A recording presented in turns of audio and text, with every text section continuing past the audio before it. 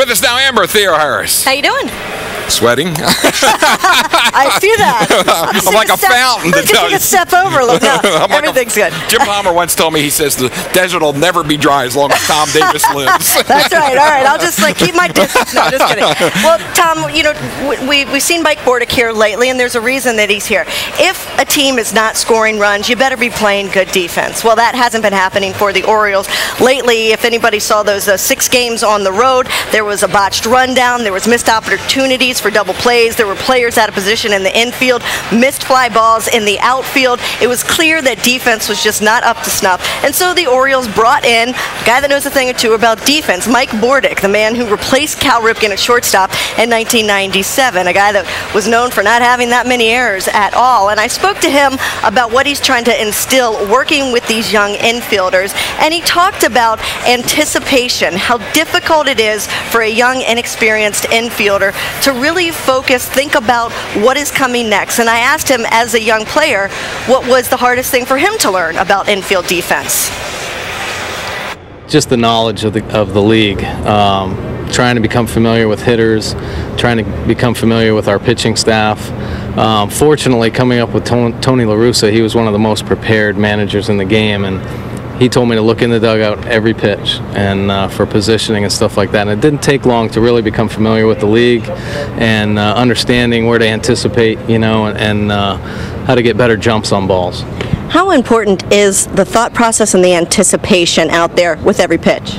Well, I think it's the most important thing. I mean, obviously the guys that play at this level can catch the ball and throw the ball, but to maximize, you know, your defense in the field and to eliminate as many opportunities, you know, as possible for the other team, you really need to take advantage of that and know what your pitcher's throwing, your positioning, and then be able to anticipate and cover more ground.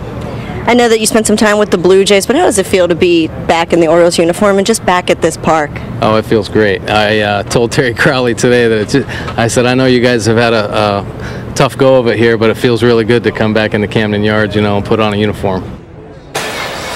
And so the Orioles try to shape up their defense. Take a look at what a difference it makes when the team does not make errors. Here is a look at the Orioles' record with or without errors. When they have 0 errors in a game, they're 16-21. When they have 1 or more errors in a game, they are 3-30. So it's obvious that defense does count. And if you go back to Andy McPhail's philosophy since day one, it's pitching and defense. And that's what they want to see, and that's really not what they're getting right now. So it's good to bring in a player that was known for his defense and also a part of the winning teams with the Orioles. In 1997, he was the last team to go to the playoffs. So Bordick trying to add a little bit of that winning attitude as well. And Amber, the team doesn't take that many infield drills, or hasn't in recent times, but Bordick seems like he wants to get them into it, doesn't he? It seems like under Juan Samuel as well, we are seeing a little bit more infield practice. Miguel Tejada actually went up to Juan Samuel when he first took over and asked if they could take early infield. They wanted to take more ground balls, and so that started even before Bordick got here. Now what Bordick is trying to do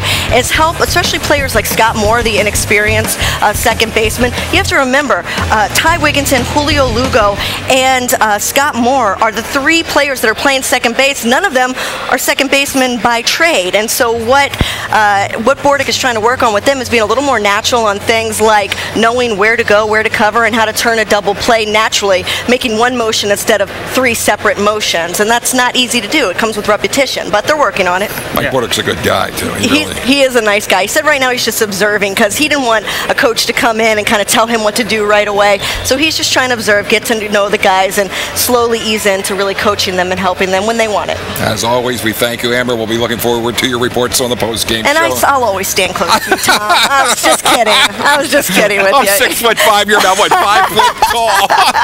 I got my heels on. I'm about 5'2" today.